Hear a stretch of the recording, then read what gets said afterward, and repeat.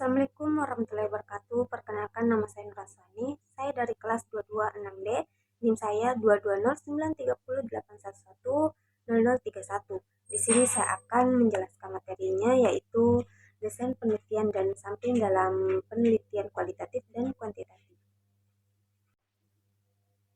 Di sini ada unsur pembahasannya, itu yang pertama pengertian desain penelitian, yang kedua perspektif dan strategi desain penelitian, yang ketiga alasan perlunya sampel dalam penelitian, yang keempat penentuan ukur sampel, yang kelima pengertian populasi. Yang pertama itu pengertian desain penelitian.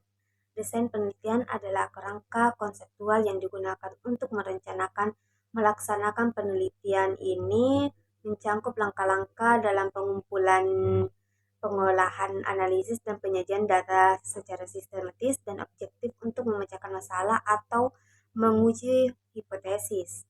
Desain penelitian tidak hanya berfungsi untuk menentukan hasil penelitian, tetapi lebih pada mengarahkan penelitian dalam memperoleh jawaban atas pertanyaan penelitian yang diajukan. Yang kedua itu ciri-ciri desain penelitian yang baik. Netral, bebas dari prasangka dan menghasilkan hasil yang tidak bias, dapat diandalkan sehingga hasil yang didapat tetap sama jika penelitian yang sama dilakukan secara teratur.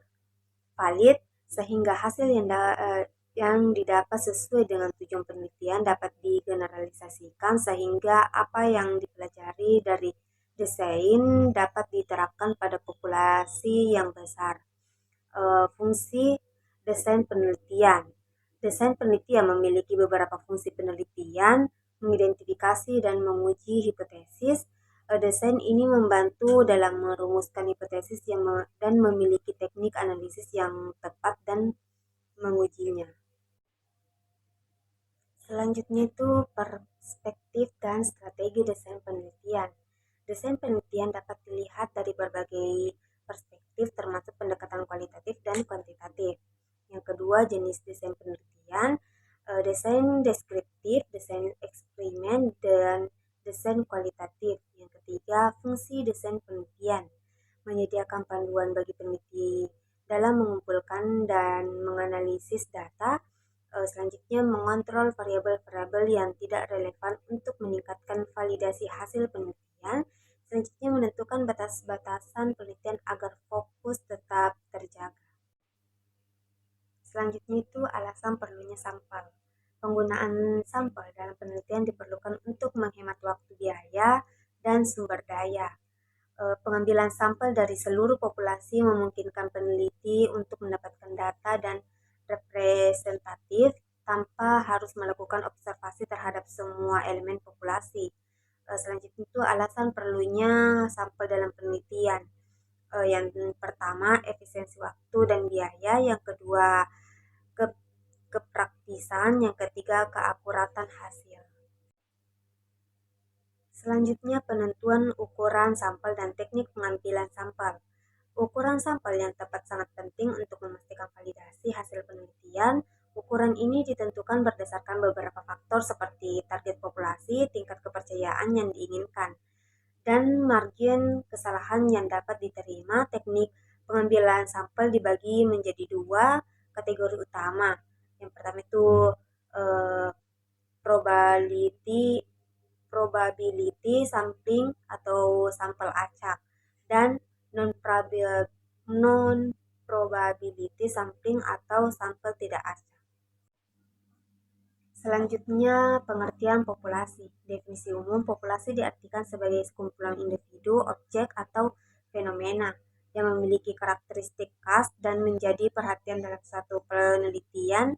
Ini mencakup tidak hanya manusia, tetapi juga hewan, benda, dan fenomena lainnya. Karakteristik populasi terdiri dari elemen-elemen yang memiliki ciri-ciri tertentu yang relevan dan untuk penelitian. Misalnya dalam penelitian tentang kesehatan masyarakat, populasi bisa berupa seluruh warga di suatu daerah yang memenuhi kriteria tertentu.